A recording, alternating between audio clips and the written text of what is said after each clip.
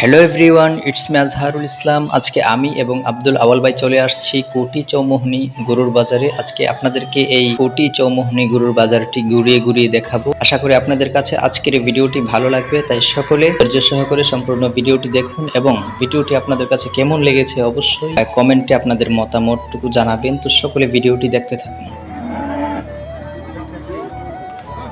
এটার মতো